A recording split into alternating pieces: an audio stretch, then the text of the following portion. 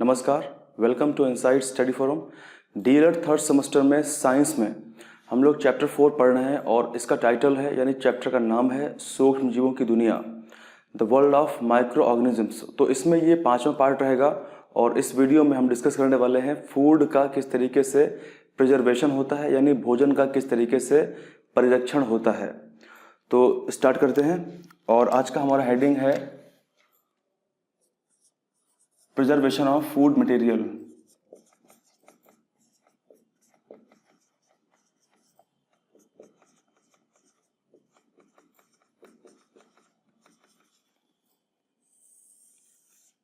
अब सबसे important point ये है कि आप लोगों के दिमाग में एक क्वेश्चन ज़रूर आता होगा कि आखिरकार फूड को प्रिजर्व करते क्यों हैं और फूड को प्रिजर्व करने की आवश्यकता क्यों पड़ी। तो जाहिर सी बात है, फूड को लंबे समय तक इस्तेमाल करने के लिए, यानी फ्रूट्स को, जो भी चीज़ें हम खाते हैं, जो खाद्य पदार्थ हम इस्तेमाल करते हैं, उनको लंबे समय तक हम यदि उपयोग में लेके आएंगे तो हमको वो शुद्ध अवस्था में चाहिए। यानी जैसे मान लीजिए अगर हमने कोई सब्जी अभी बनाई या फिर कोई हमारे पास फ्रूट रखा हुआ है, अगर हम उसको चाहते हैं कि हम लंबे समय तक उसका सेवन करें और उसको जब चाहें तब हम यूज़ कर सकते हैं, और इससे एक फ़ायदा हमको ये मिलता है कि जो फूड सिक्योरिटी है वो बरकरार रहती है। यानी फूड का जो स्टोरेज अगर हम करेंगे तो फूड की कमी नहीं होगी, क्योंकि फूड स्टोर है। तो जब हमको उसकी नीड होगी तो हम उसका सेवन कर सकते हैं, वहाँ से उसको हम यूज़ कर सकते हैं। एक तो फ़ायदा इसका ये होता है। दूसरा फ़ायदा इसका ये होता है कि कुछ एक्सट्रीम कंडीशंस होती हैं, जैसे मान लीजिए कोई व्यक्ति सेना में भर्ती है और वो नेवी में रहता है, मतलब नेवी में वो जॉब करता है। तो नेवी में क्योंकि नेवी है तो वहाँ पे पानी में वो अक्सर रहता होगा, पनडुब्बी वगैरह में, जहाज़ वगैरह पे। तो वहाँ पे कुछ इस तरीके के जो कैंड फूड होते हैं, जो कैंड यानी जो डब्बा होता है, उस डब्बे के अंदर बंद भोजन होता है, तो उसका इस्तेमाल वो लोग करते हैं। अब इसमें ये होता है कि फूड को किन किन तरीक़ों से प्रिजर्व हम कर सकते हैं। तो आप लोग समझ गए होंगे बेसिक सी बात कि आखिरकार फूड को प्रिजर्व हम क्यों करते हैं, फूड का हम क्यों संरक्षण करते हैं, क्योंकि हमको लंबे समय तक उसका इस्तेमाल करना होता है। दूसरी बात, फूड की सिक्योरिटी हमको मिलती है। भोजन की जब आवश्यकता पड़ती है किसी खास चीज़ की जिसको हमने प्रिजर्व करके रखा हुआ है, तो हम उसको इस्तेमाल कर सकते हैं। तो इससे प्रॉब्लम क्रिएट नहीं होती है और अफरा तफरी नहीं मचती है। ठीक है, जैसे मान लीजिए आलू, हमारे खेतों में आलू होता है गांव में, तो आलू को हम कहाँ भेजते हैं प्रिजर्व करने के लिए? कोल्ड स्टोरेज के अंदर। वहाँ पे लो टेम्परेचर पे आलू को प्रिजर्व करते हैं, ताकि अब जब आलू की कमी होती है तो हम आलू वहाँ से मंगवाते हैं और अपना यूज़ करते हैं आलू को। अगर स्टोरेज ना किया जाए तो फिर क्या दिक्कत आएगी?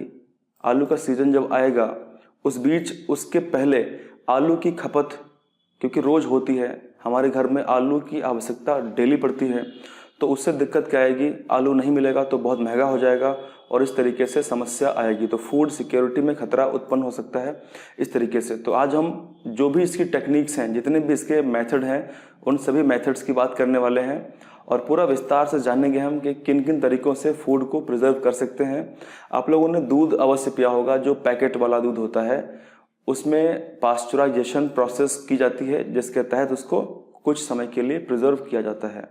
तो सबसे पहले हम बात करते हैं इनकी जो टेक्निक हैं, जो इनकी विधियां हैं, उनके बारे में कि कौन कौन सी इनकी विधियां हैं। देखिए, सबसे पहले हम बात करेंगे कैनिंग। एक इनकी बहुत ही फेमस विधि है फूड प्रिजर्व करने की, यानी इसका हिंदी क्या होगा? खाद्य पदार्थों का परिरक्षण। इसका मतलब क्या होगा? खाद्य पदार्थों का परिरक्षण।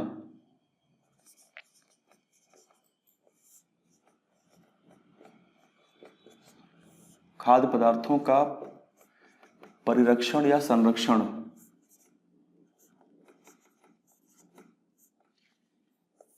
अब इसमें जो सबसे पहला मेथड है वह हमारा है कैनिंग। यानी कैनिंग की मदद से हम प्रिजर्व कर सकते हैं फूड को।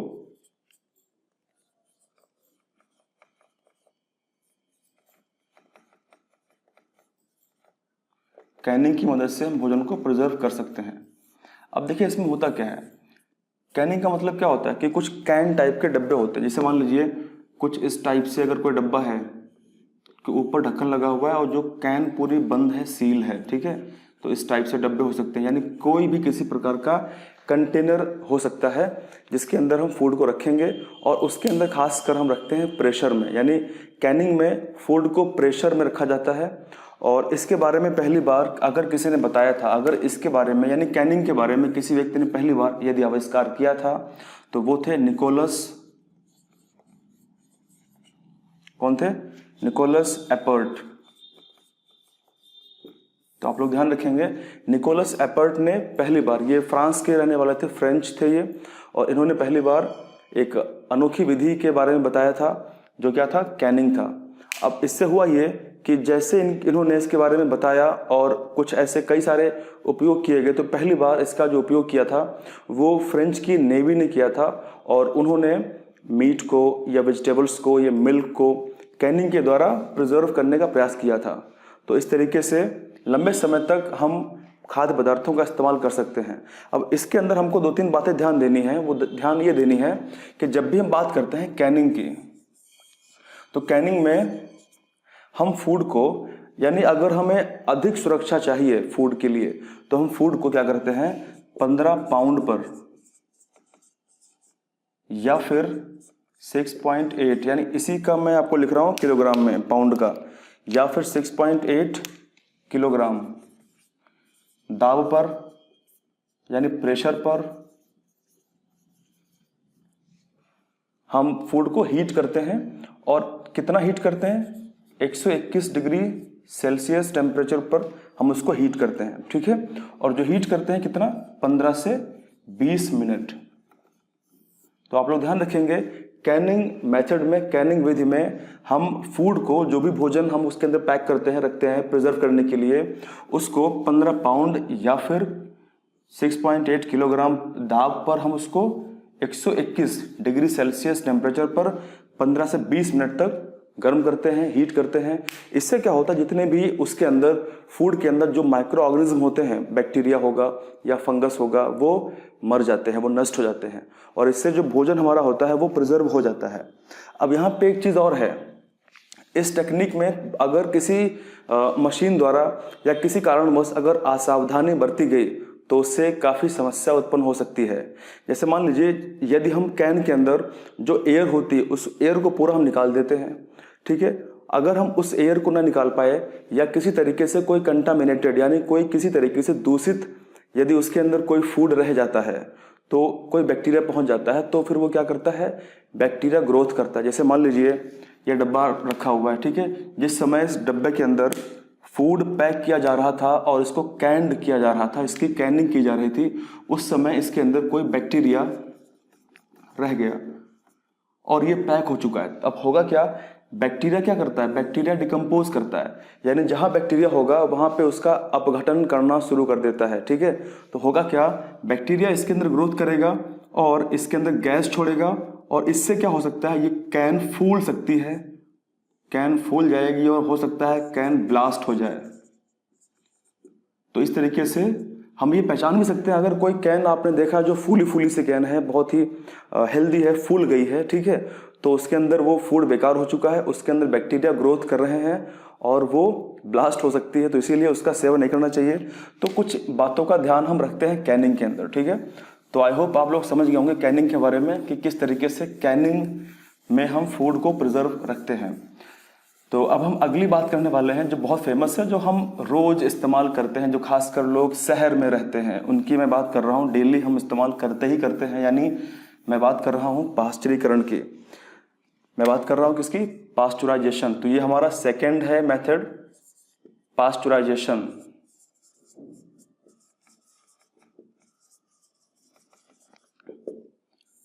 इसको बोलते हैं पाश्चुरीकरण।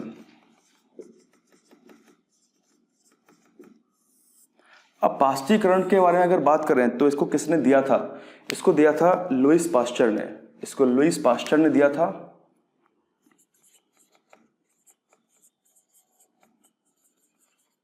ठीक है, तो आप लोग ध्यान रखेंगे, लुईस पाश्चर ने इसको दिया था। अब इसमें होता क्या है, इसके अंदर दूध को, खासकर अगर हम बात करें मिल्क को, इसके अंदर दूध को या तो हम 62 डिग्री सेल्सियस पर लगभग 30 मिनट तक उसे गर्म करते हैं, या फिर उसको हम 71.7 डिग्री सेल्सियस पर लगभग 15 सेकेंड के लिए गर्म करते हैं। तो ऐसा करने पे क्या होता है, इसके अंदर जितने भी बैक्टीरिया होते हैं, हानिकारक बैक्टीरिया, जीवाणु, वो सब नष्ट हो जाते हैं, मर जाते हैं, और हमारा जो ये मिल्क है ये कुछ समय तक इस्तेमाल करने के लिए रह जाता है। अब यहाँ पे आप लोग बात ध्यान रखेंगे, जो कच्चा दूध होता है, जो रॉ मिल्क होता है, कच्चा दूध होता है, हम लोगों ने काफ़ी कच्चा दूध पिया है, लेकिन होता यह है कि कच्चा दूध यदि रखा हुआ है, अगर बिल्कुल फ्रेश है, ताज़ा है, तब तो कोई इशू नहीं है, लेकिन अगर कच्चा दूध रखा हुआ है तो उसके अंदर कुछ हानिकारक बैक्टीरिया उत्पन्न हो सकते हैं, जैसे जो टाइफाइड कॉज कर सकते हैं, जो टाइफाइड, या फिर जो ट्यूबरक्यूलोसिस, जो टाइफाइड या फिर ट्यूबरक्यूलोसिस यानी टीबी बोलते हैं इसको हम, टीबी, जो क्षय रोग होता है, ये कॉज कर सकते हैं। तो इसीलिए कभी भी कच्चे दूध को जो रखा हुआ है उसको नहीं पीना चाहिए, हमेशा बॉईल करके पीना चाहिए, इससे खतरा बहुत कम रह जाता है। और 100 डिग्री पर गर्म करने पर उसके अंदर कोई भी प्रकार का बैक्टीरिया नहीं बचता है। तो पाश्चरीकरण के अंदर हम दूध को 62 डिग्री सेल्सियस पर 30 मिनट तक, या फिर 71.7 डिग्री सेल्सियस पर 15 सेकंड तक गर्म करते हैं, और सारे बैक्टीरिया जो है वो मर जाते हैं, नष्ट हो जाते हैं। तो इस तरीके से हम इसको कंजर्व कर सकते हैं, प्रिजर्व कर सकते हैं। ठीक है, तो आप लोगों ने ये समझा दूसरा मेथड जो था पास्चुराइजेशन, जिसको दिया था लुईस पास्चर ने। अब इसके बाद हम बात करते हैं तीसरे मेथड की, तीसरे विधि की, कि जिसके अंदर हम आखिरकार क्या करेंगे कि हम फूड को प्रिजर्व कर लें लंबे समय तक। तो तीसरा हमारा है कि लो टेम्परेचर पर हम उसको स्टोर अगर करना स्टार्ट कर दें किसी भी प्रोडक्ट को, फूड मटेरियल को, ये तीसरा है। क्या है, इस पे हम लो टेम्परेचर पर स्टोरेज करते हैं। क्या करते हैं यहाँ पे हम, लो टेम्परेचर पर यानी कम तापमान पर हम यहाँ पे फूड का स्टोरेज करते हैं। जैसे सपोज मान लीजिए हमारे घर में जो फ्रिज वगैरह होते हैं उनमें हम क्या करते हैं, आज जो सब्जी बनी या भोजन बनाया गया है तो उसको हम क्या करते हैं, फ्रिज के अंदर कल के लिए या परसों के लिए इस्तेमाल करने के लिए हम उसमें रख देते हैं। होता क्या है, जैसे ही हम किसी भी फ्रिज के अंदर, यानी जैसे ही हम फूड को लो टेम्परेचर पर, जैसे 1 डिग्री सेल्सियस, जैसे 1 डिग्री सेल्सियस या फिर 0 डिग्री सेल्सियस के तापमान पर उसको हम रखते हैं, तो होता क्या है, जो बैक्टीरिया होते हैं, जो यानी जो माइक्रो ऑर्गेनिज्म होते हैं, माइक्रो ऑर्गेनिज्म जो होते हैं, सूक्ष्म जीव जो होते हैं, उनकी जो वृद्धि होती है वो रुक जाती है। यानी इतने कम टेम्परेचर पर वो सही तरीके से ग्रोथ नहीं कर पाते हैं, वृद्धि नहीं कर पाते हैं, और वो वैसे के वैसे वहीं रुके रहते हैं। इससे क्या होता है, फूड जो है वो प्रिजर्वेशन उसका हो जाता है। अब यहाँ पे एक बात ध्यान रखेंगे, आमतौर पर मैं आपको 5 टेक्निक बताने वाला हूँ, 5 मेथड जिसके माध्यम से फूड को प्रिजर्व करते हैं हम लोग। इसमें हम लोग 2 पहले पढ़ चुके हैं, तीसरी में क्या होता है, आमतौर पर हम इसी टेक्निक का इस्तेमाल करते हैं, क्योंकि देखिए बहुत आसान तरीका है इसको करने का। बाकी तरीकों के अंदर हम कुछ न कुछ चीज़ों को डालते हैं, कोई विशेष काम करते हैं, परंतु इस प्रक्रिया में हम केवल फ्रिज के अंदर लो टेम्परेचर पर फूड को रख देते हैं और उसको हम कुछ समय के लिए सुरक्षित रख सकते हैं। तो आमतौर पर हमारे घरों में हम इसी का इस्तेमाल करते हैं। ठीक है, इसमें क्या होता है, अच्छा अगर हमको किसी चीज़ को अधिक लंबे समय के लिए, अगर लंबे समय के लिए इस्तेमाल में लाना है, तो हम उसको -10 डिग्री सेल्सियस से -18 डिग्री सेल्सियस तक रखेंगे। कितना, -10 से -18 डिग्री सेल्सियस तक उसको हम रखेंगे, तो वो ईजिली लंबे समय तक रखने के लिए हो जाएगा, फिर उसको इस्तेमाल भी हम कर सकते हैं। तो कुछ इन तरीकों से हम इस्तेमाल कर सकते हैं। तो अभी हमने 3 ऐसे मेथड के बारे में समझा है, जाना है, और अब हम बात करने वाले हैं जो आखिरी 2 इसके मेथड हैं उनके बारे में, कि कौन कौन से 2 इसके मेथड बचे हुए हैं। तो इसका जो अगला मेथड हमारा है वो है डिहाइड्रेशन। क्या है, डिहाइड्रेशन। आप लोग कमेंट करके बताइए इसका मीनिंग क्या होता है, मीनिंग ऑफ डिहाइड्रेशन। तो आप लोग जरूर बताएंगे। निर्जलीकरण क्या होता है, इसका मतलब होता है कि अगर कोई फूड है, अगर कोई फ्रूट है, फल है, या कोई खाद्य पदार्थ है, देखिए कोई खाद्य पदार्थ अगर पका हुआ है तो उसके अंदर पानी की मात्रा ज़्यादा रहती है। कोई अगर फ्रूट है, ठीक है, कोई फल अगर है, या फिर कोई सब्जी है, कोई वेजिटेबल है, तो उसके अंदर वाटर का कंटेंट ज़्यादा रहता है, उसके अंदर पानी की मात्रा अधिक रहती है। अब अगर पानी की मात्रा उसमें अधिक रहेगी तो उसके अंदर नमी रहेगी, तो उसमें फिर बैक्टीरिया या फिर उसके अंदर कवक यानी फंजाई ग्रोथ ईजिली कर लेते हैं। तो अगर हम क्या करें, अगर हम उस फ्रूट्स में से या फिर उस सब्जी में से अगर हम पानी को निकाल दें तो उसके अंदर फिर बैक्टीरिया ग्रोथ नहीं कर पाएंगे, क्योंकि जैसे ही हम पानी को निकालेंगे वैसे ही उसके अंदर जो भी चीज़ बची हुई है उसकी सांद्रता बढ़ जाएगी। तो इस तरीके से हम क्या करते हैं, इसको प्रिजर्व रख सकते हैं। तो इसके लिए हम आमतौर पर धूप का यानी सनलाइट का हेल्प लेते हैं। धूप में हम चीज़ों को रख देते हैं। तो धूप में चीज़ें, जैसे सपोज आम का अचार जो हमारा होता है, उसको हम अचार बनाने से पहले क्या करते हैं, धूप में सुखाते हैं। जो कली हम लोग घर में बनाते हैं, हमारे घर में जो खटाई होती है, कली होती है, आम का छीलन जो होता है उसको छीलते हैं, फिर उसको धूप में सुखाते हैं। इससे क्या होता है कि जो पानी का मात्रा होती है उसके अंदर वो धीरे धीरे खत्म हो जाती है और कली पर फंगस या फिर बैक्टीरिया इन्फेक्शन नहीं कर पाता है।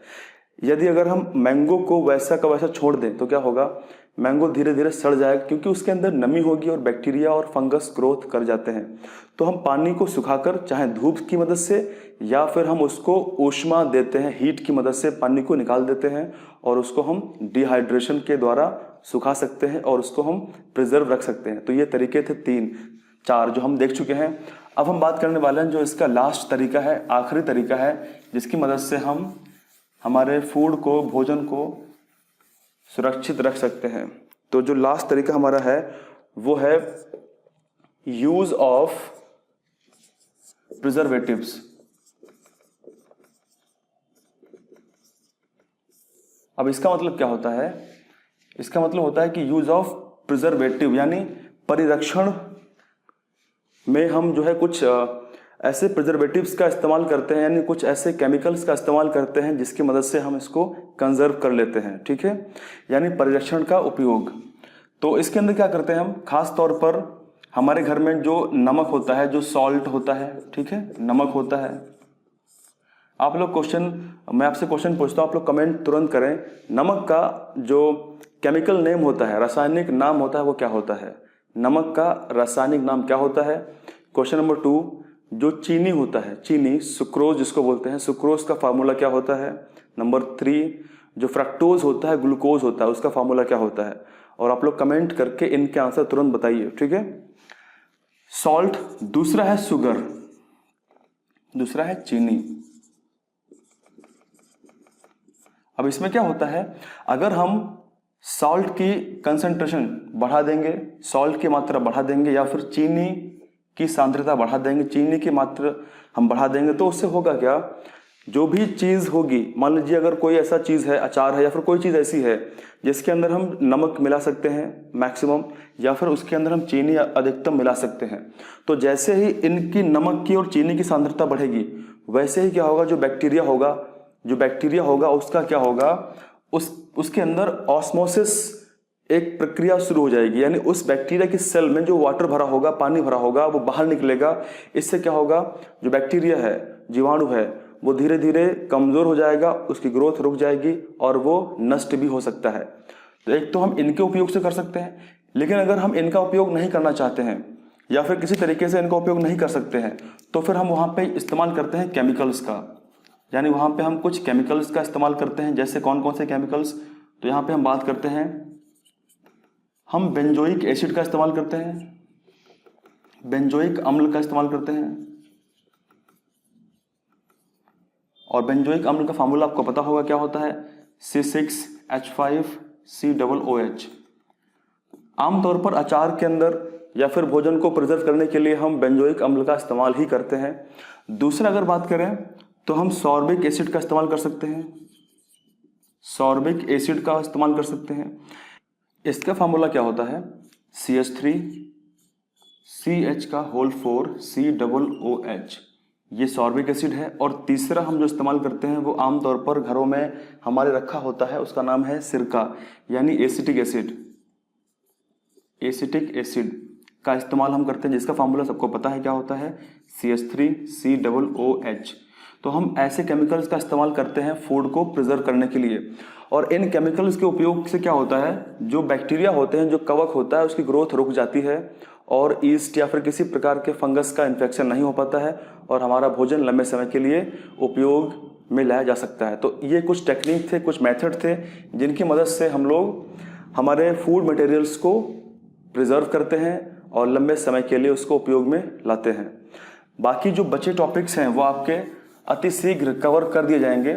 और इसके बाद मैं आपको पढ़ाने वाला हूं कि जो पैथोजेंस होते हैं, यानी कौन कौन से डिजीज इंसानों में होते हैं, जैसे टीबी हो गया, टाइफाइड हो गया, या फिर हैजा जिसको बोलते हैं, कॉलेरा हो गया, और ऐसे कई सारे रोग हैं, मलेरिया हो गया, डेंगू हो गया, ऐसे कई डिजीज हैं जो अक्सर इंसानों को हो जाते हैं। तो उनके बारे में अगले वीडियो में हम चर्चा करेंगे, बात करेंगे। तो अभी के लिए इतना ही था। Thank you very much. Thank you, thanks a lot. जय हिंद।